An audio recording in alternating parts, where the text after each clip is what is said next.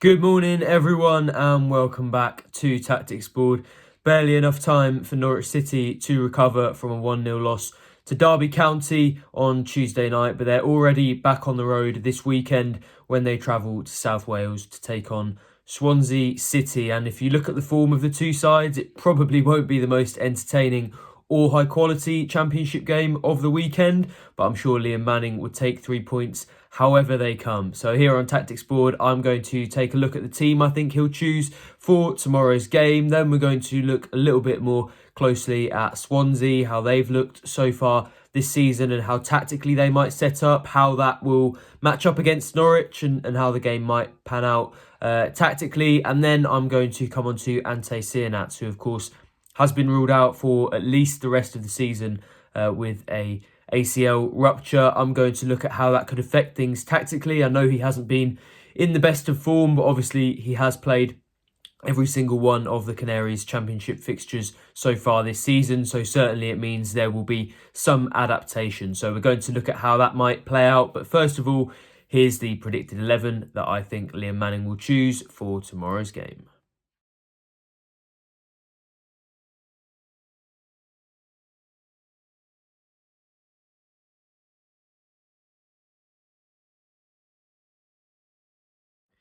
So I've gone for Vladan Kovacevic in goal, Jack Stacey at right back, Harry Darling and Jakov Medic in the centre of defence, with Kenny McLean at left back, Pelle Matson and Mirko Topic in the centre of midfield, with Jovan Makama on the right, Liam Gibbs in kind of a number 10 position, Oscar Svartau on the left and Josh Sargent up front. And the first thing you'll notice there is that I've gone unchanged from that trip to Derby, and you look at the result and certainly it doesn't feel like that should be the case. Of course, Derby were below Norwich in the relegation zone before that result. The result means Norwich have gone into the relegation zone now, and certainly that doesn't stand up as the sort of result that Norwich want to produce on a regular basis this season. I also thought, to be honest, that the second half was very poor. Manning seems to feel like it was just kind of 5-10 minutes at the start of the half where they lost their heads, but I don't think they ever really showed as much danger as they did throughout the first half, which of course is the element that Liam Manning was very pleased with, particularly. And I think most Norwich fans accepted, whether they're Manning in or they want him to go or they're frustrated with the players. I think it's hard to say that they weren't really very good in that first half against Derby. Of course, you have to consider the quality of the opposition, and Derby, I think, probably will be around that area of the table for most of the season, to be honest. But Norwich played through the thirds really well, and we've seen some positive signs in terms of pressing. I thought this was probably the best they've looked in possession under Manning. Of course, it wasn't for too long, and they should have converted that into at least one goal, probably a couple, and you can't rest on your laurels based on that half of football. Certainly they need to show more, but I thought there were some signs of progress, and certainly Liam Manning is very pleased with what he saw. So I think you base it on that, and I could see him sticking with the same team. I also kind of wonder which other options he has, really. Obviously, Crnac now is injured, and he's someone who you probably would see coming back into the 11 relatively soon. He seemed quite happy with the midfield balance, and I thought Mirko Topic and Pelle Matson did okay in that position.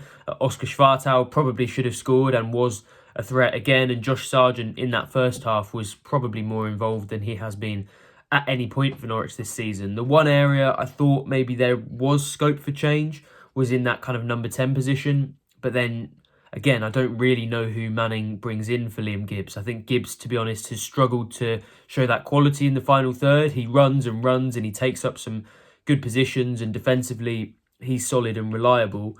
But he just doesn't have that quality in the final third, that natural instinct to play the final ball or to finish when he's in the box. I think that is a problem for Norwich, but also kind of what's the alternative? Obviously, they've got Matthias Kvistgården back available this weekend, but he's been out for so long that I'd be surprised if they chucked him straight into the starting lineup.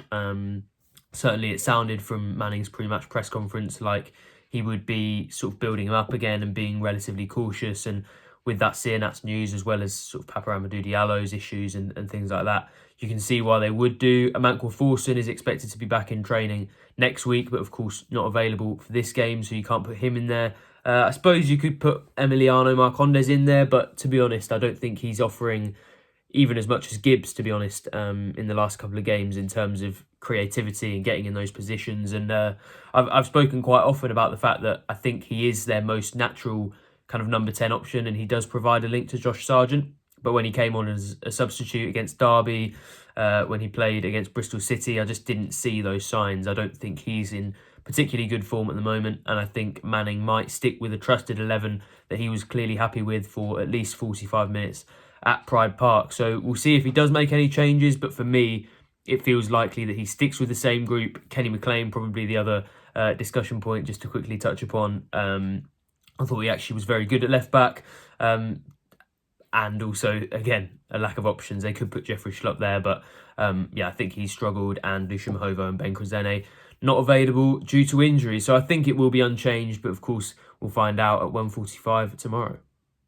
On to Swansea and their tactical setup then. And I think if you look at the kind of sweeping generalisations and the cliches that often apply to their play, in a similar way to Norwich, people would say it's kind of passing football, it's quite attractive, and certainly for a lot of the last few years, that's how it's looked. Of course, when they were at their peak in the Premier League and winning the League Cup, they were playing that attractive style of play under Luke Williams. They also looked like that until he departed towards the end of last season. Russell Martin, of course, as well, played a similar style of play. So Swansea have generally played some quite attacking, quite entertaining football, but under their new head coach, Alan Sheehan, who took over from Williams on an interim basis last season and then was given the job permanently, they have gone a bit more pragmatic, and that worked for them quite well last season. They kind of solidified and almost would have found themselves in that playoff mix had it not been for a big drop-off towards the end of Williams' tenure last season.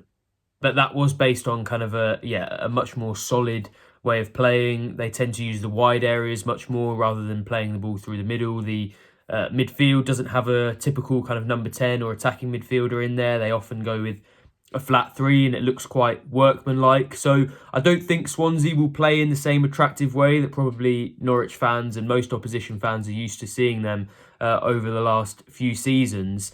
And probably it's a similar case for, as Norwich in terms of trying to find that creativity and trying to get their strikers onto the ball. Vopotnik has stepped up for them and scored a good few goals, but he still isn't getting much on the ball. He's still kind of feeding off scraps a little bit. It's the same case when Adam Ida, of course, formerly of the parish, tends to come on as a substitute. He doesn't really get too involved, and they are struggling to get the ball up the pitch, which is a lot of where their problems lie. Of course, not great results over the last few weeks. Lost 1-0 to QPR at home last time out, partly thanks to an early red card. But yeah, they're really struggling for that creativity and for that chance creation. So it could be that shots on goal are kind of few and far between for Norwich, but also that's where I think, you look at the midfield setups, someone like Liam Gibbs could really help them because he tends to play a little bit deeper than your average number 10. Of course, he's, for me, more of a natural kind of 6,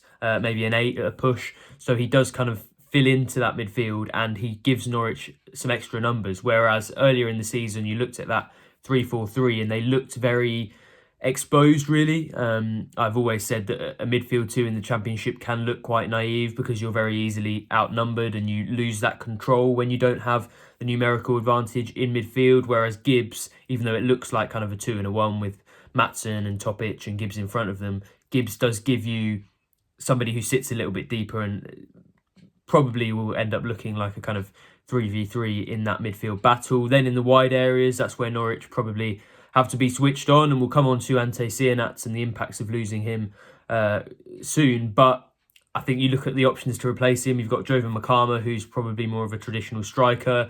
Matej Jurasek, over whom I think there are question marks in terms of his defensive discipline and qualities. So they will need to be switched on in those areas and probably improve a little bit, given Swansea will try to attack in that sense. But probably having McLean at left back and Schwartau, who also works very hard on the left-hand side will help them if that is the combination that Manning goes for, because of course we know Swansea will try to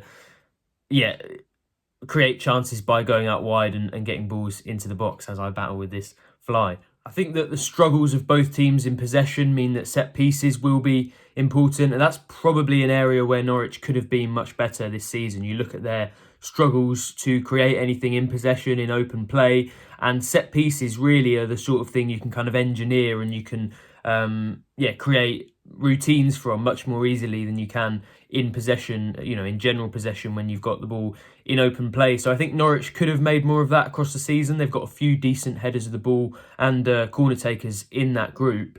And I think in this game, both teams will need to be switched on from those areas, because when you're struggling to create chances through the usual means, they can be really important parts of the game. So I think they'll play a big part. Certainly when I look at all the factors, it doesn't feel like it will be a goal fest. But then again, you look at two teams who maybe are struggling a little bit for confidence. Maybe there'll be some mistakes and teams can take advantage of that. But certainly looking at it right now, it doesn't feel like it will be the most attractive and exciting game that Norwich have played this season. On to Ante Seaman then, and the devastating news that there was, mainly for him, to be honest, at Liam Manning's pre-match press conference. He confirmed that he had ruptured his ACL and would be out until at least the end of the season, potentially longer. As I said, I think that's a major blow for him at this stage of his career. Of course, 22 years old. A lot of people saw it as a potential breakthrough season for him, really. And now he's finished and he hasn't scored a goal or got an assist. I think that's mainly a massive blow for him, but also for Norwich, because even though he was in clearly quite poor form, Manning clearly rated him very highly. He's played a part, at least in every championship game that Norwich have played this season, started most of them, and now his exclusion means that there will have to be a little bit of a reshuffle in that position. And the good thing is that a couple of options have emerged there over the course of the season. Maybe not the most natural, but they have emerged.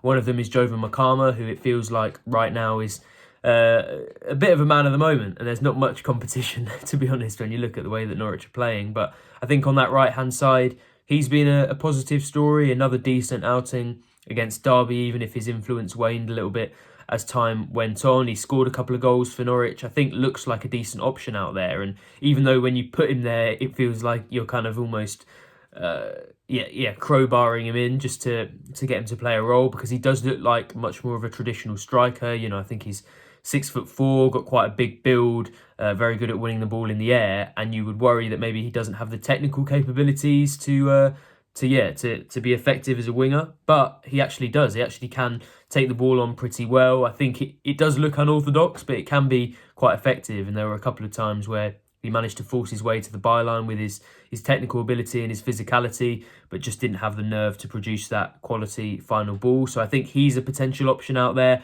and probably fills in for more of the things that Manning sees in Crnac. Certainly they've tried to make Crnac more of a physical player. I think it looks like they've bulked him up a lot, and we can talk about what the potential impacts that were on the injury and on kind of his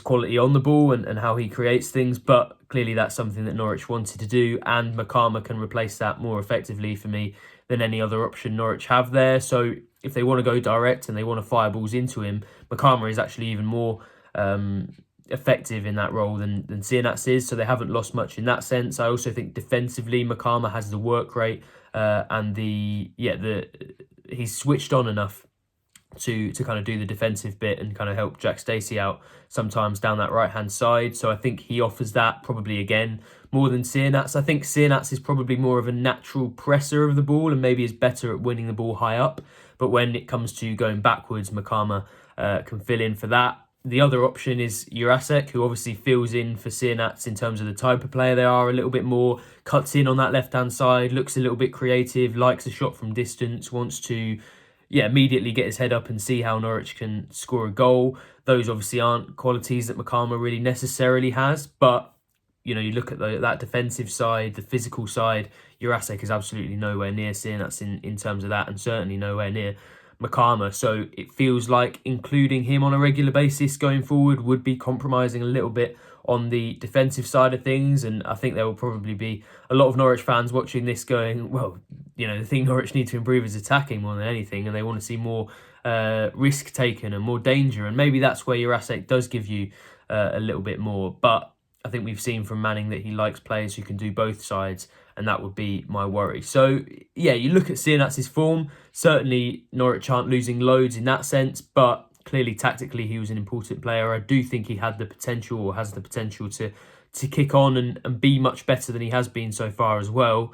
Of course, now that won't be realised for the rest of the season as Norwich try to look for ways to turn things around. So even though he wasn't in the best form, still a big blow, I think, and something they'll have to deal with this weekend. Of course, we'll have every kick of the game covered across our channels. So if you haven't already, go to pinkham.com/subscribe and you can access all of that. Thanks very much for joining me on Tactics Board, and I'll see you for the next one.